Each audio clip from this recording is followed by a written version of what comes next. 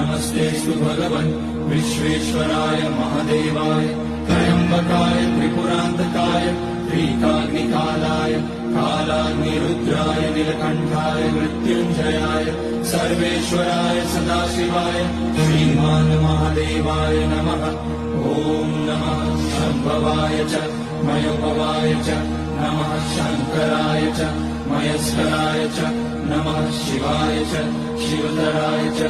ॐ त्र्यम्बकं यजामहे सुगन्धिं पुष्टिवर्धनम् उर्वारुकमिव बन्धनान् मृत्योर्मुक्ष्यमामृतात्। नागेन्द्रहाराय त्रिलोचनाय तस्मान्मनाय महेश्वराय नित्याय शुद्धाय दिगम्बराय तस्मै नकाराय नमः शिवाय। मन्दाकिनी सलिलचन्दन चर्चिताय नन्दीश्वर प्रमथनाथ महेश्वराय